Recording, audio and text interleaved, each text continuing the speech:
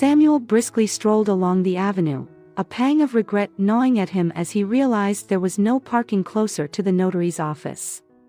His eyes wandered, and he couldn't help but notice the lively street fair that had spontaneously sprung up in the small square. Yet, it wasn't immediately apparent what had captured his attention.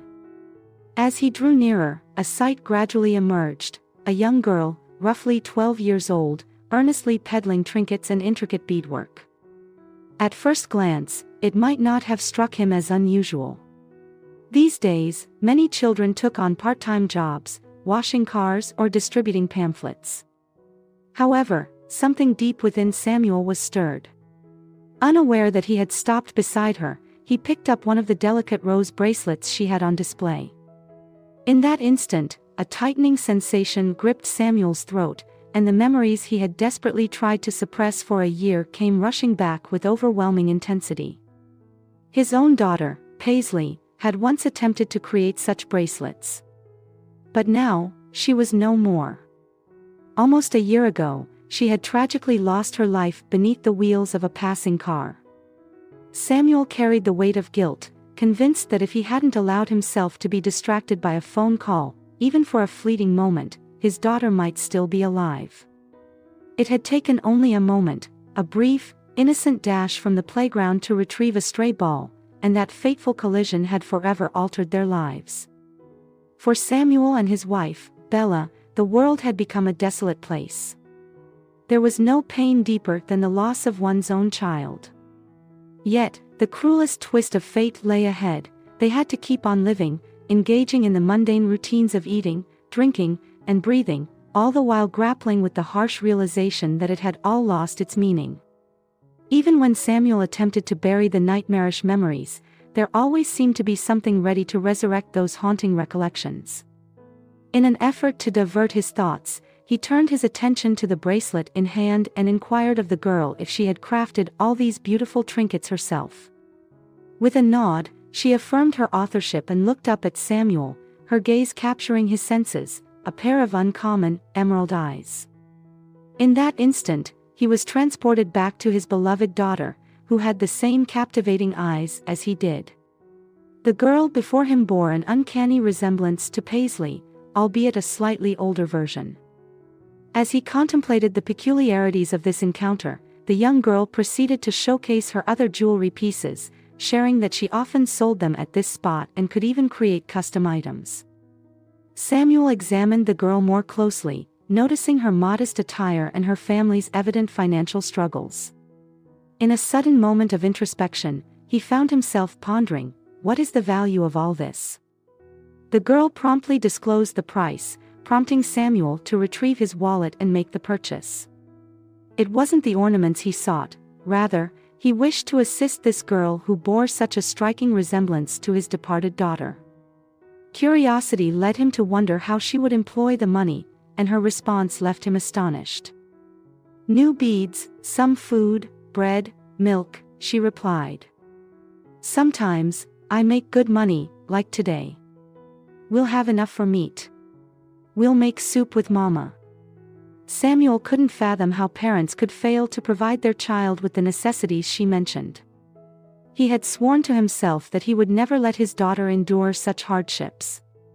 Samuel, who had experienced poverty firsthand, had dedicated his life to ensuring his family wanted for nothing. Yet now, he possessed the means, but his daughter was no more. After completing his purchases, Samuel walked back to his parked car, grappling with a mixture of emotions. As he gradually composed himself, he continued his journey, though his thoughts continued to gravitate towards the girl. It wasn't mere pity for the less fortunate child that occupied his mind, it was a peculiar, unexplainable sentiment that kept drawing him back to her.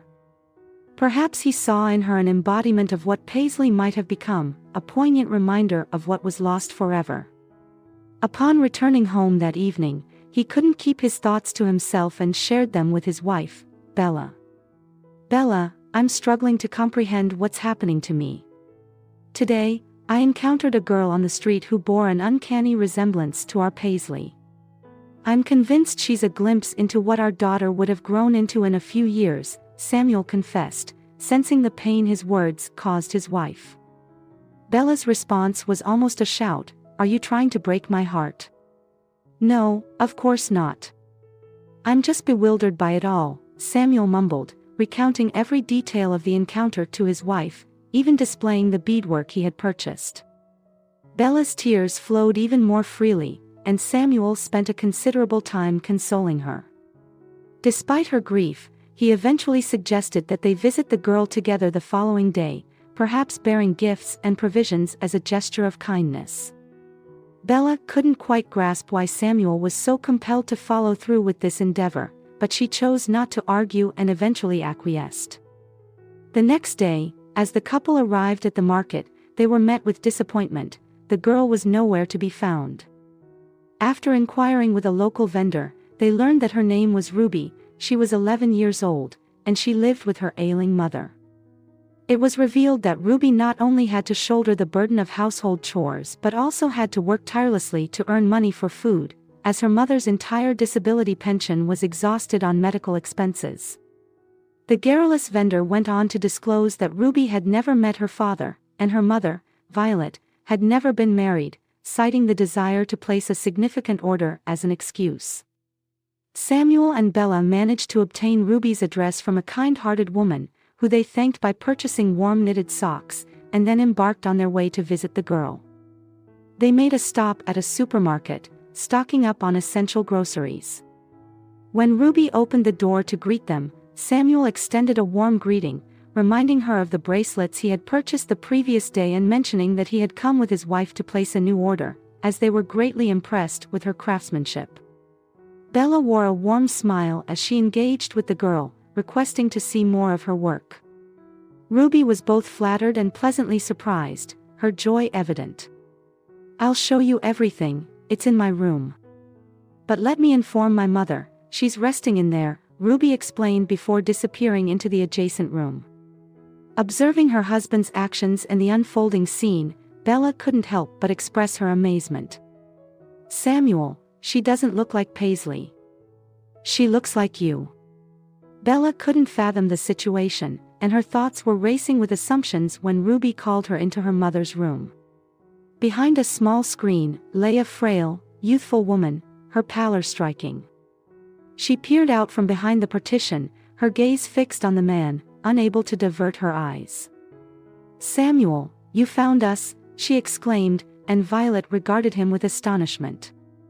Samuel, comprehending the situation instantly, addressed the women. "Bella, Ruby, could you please wait in the kitchen for a moment? Violet and I need to talk." Ruby appeared bewildered, but Bella understood the gravity of the situation.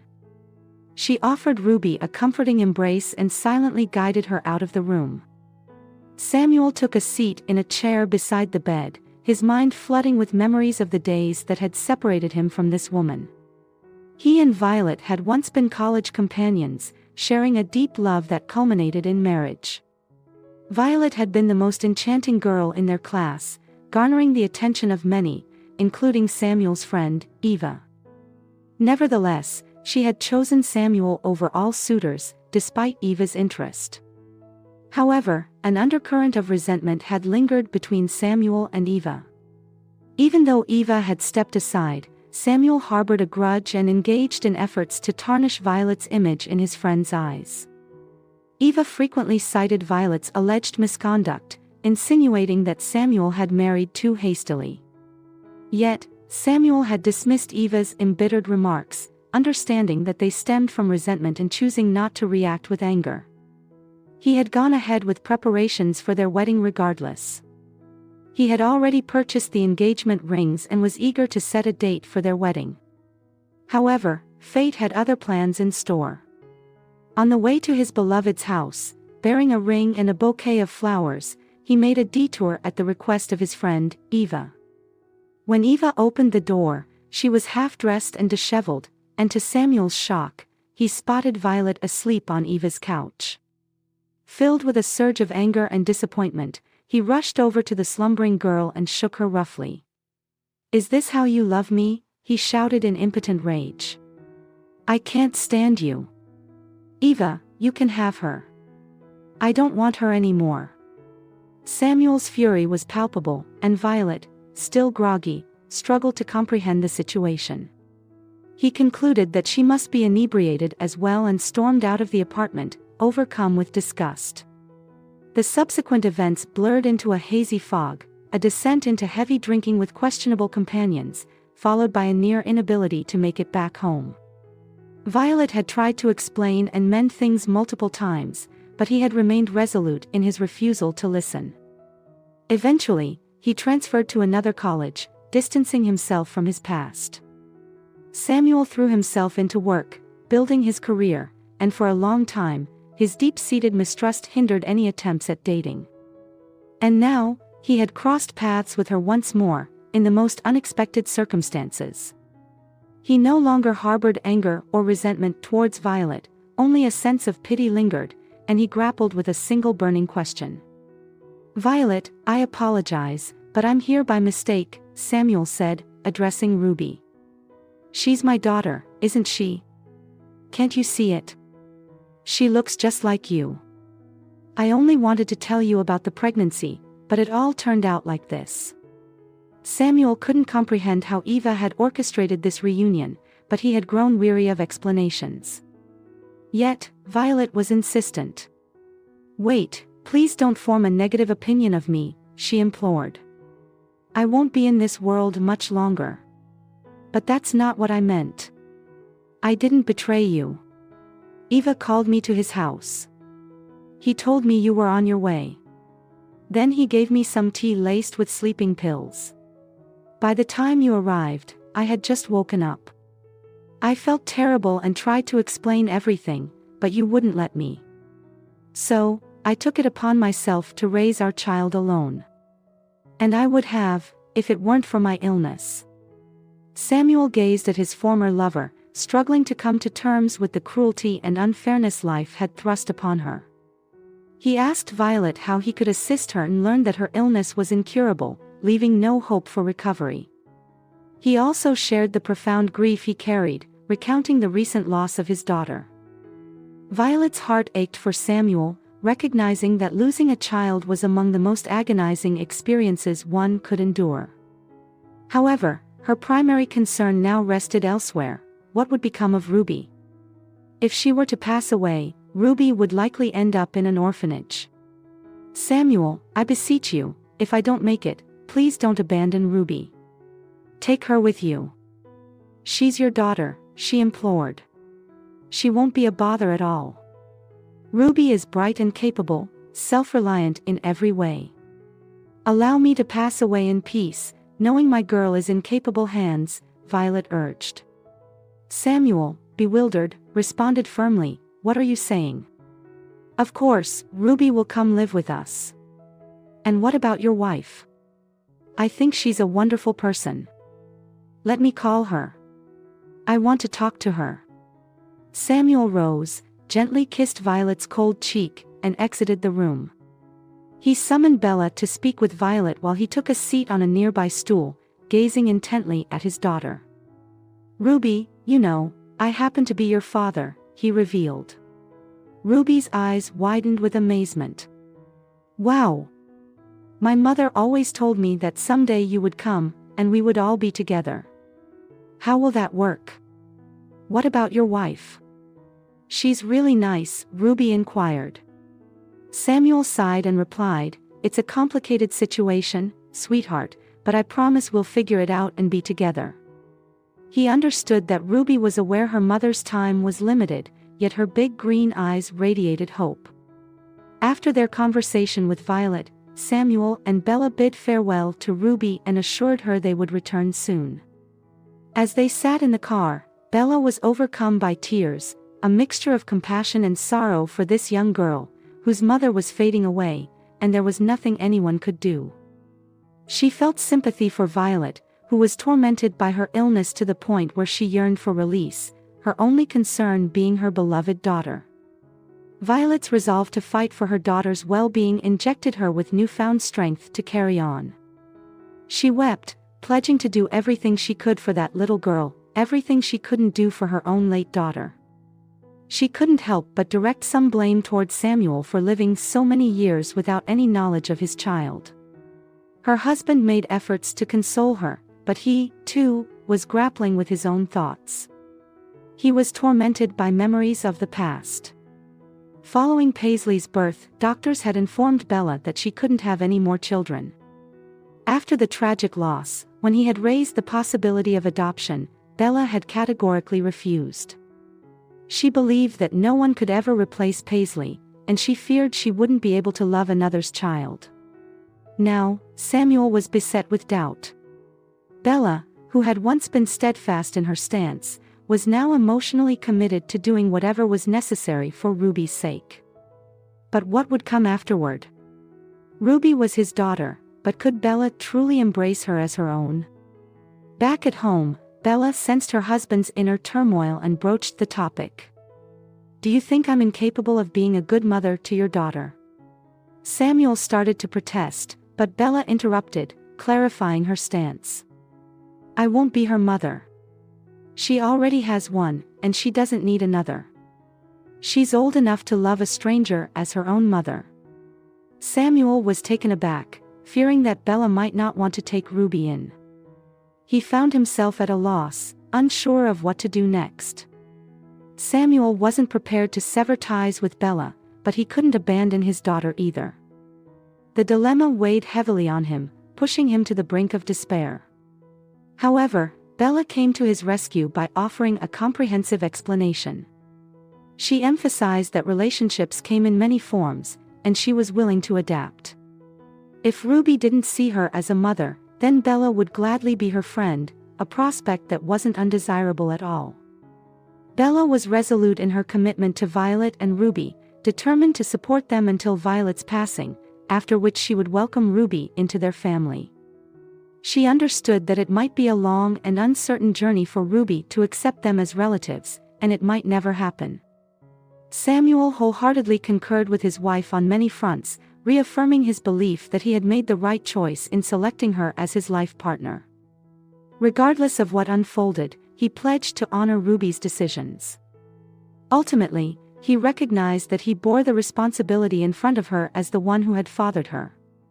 They resolved to navigate this complex situation as best they could, fully aware that it may have contributed to Violet's illness. Equally challenging was the conversation that took place that very evening between Ruby and her mother.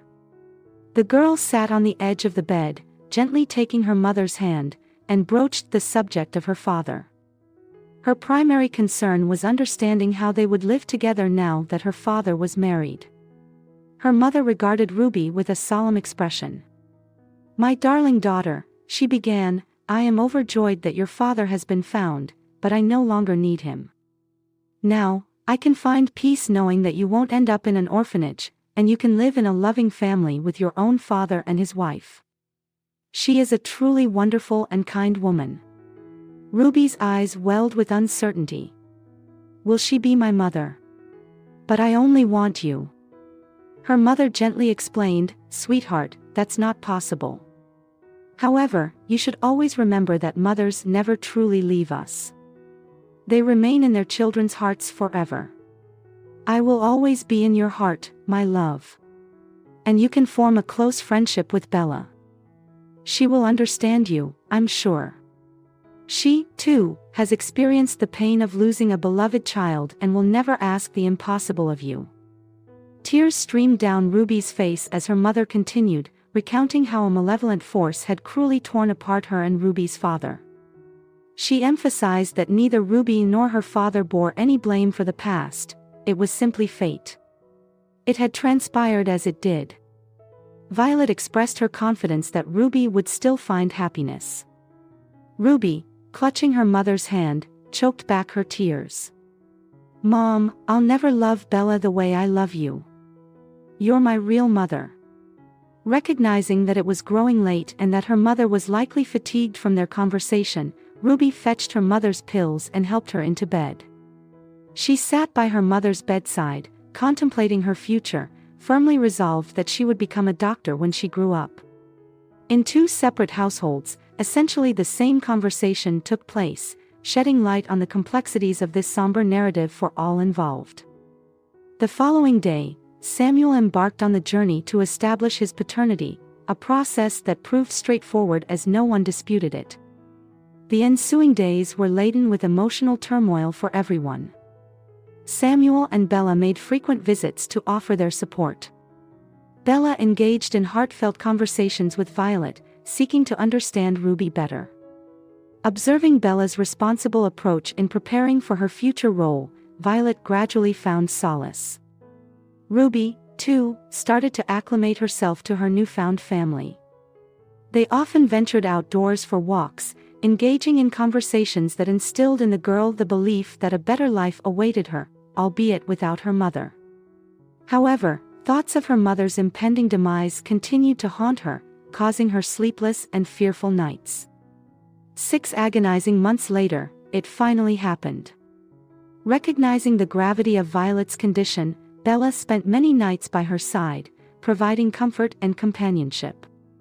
Then, one day, Bella awoke to discover that Violet had quietly passed away in her sleep, her face adorned with a serene smile. Ruby, waking up to the heartbreaking scene, wept at her mother's bedside for an extended period before she was gently taken away. Bella then brought the girl to her and Samuel's home. Following Violet's funeral, Ruby officially became their daughter, but she refrained from calling Bella mother, even though she had grown deeply attached to her. At times, Ruby would timidly inquire if Bella felt offended that she addressed her by her first name. Bella consistently reassured the girl that she understood and cherished their relationship just the way it was. Their bond was so strong that outsiders couldn't discern that Bella was not Ruby's biological mother. Then, one day, after several years had passed, Bella received the precious gift she had longed for from her stepdaughter on Mother's Day. Ruby finally addressed her as Mom. She said, "You know, I've always referred to you as Mom in front of my friends and teachers, but I never had the courage to say it to your face.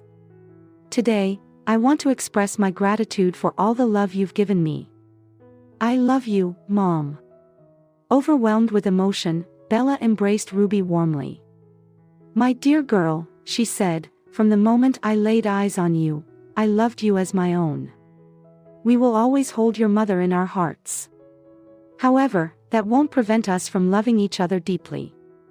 And so, this family continued to thrive, bound not only by love and mutual respect but also by the enduring memory of those who had departed from their lives but would never be forgotten.